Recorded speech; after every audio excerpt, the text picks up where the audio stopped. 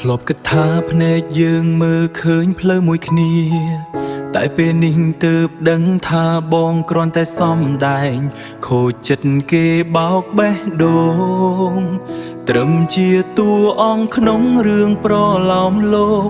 បងសាងឡើងយ៉ាងល្អឥតខ្ចោះហើយទុកឲ្យខ្ញុំឈឺចាប់ម្នាក់ឯង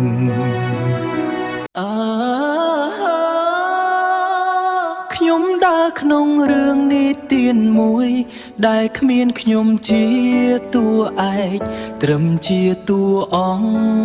គឈរមើលគេមានក្តីសុខត្រឹមជាតួអង្គដែលត្រូវដើរចេញនៅពេលដល់ពេល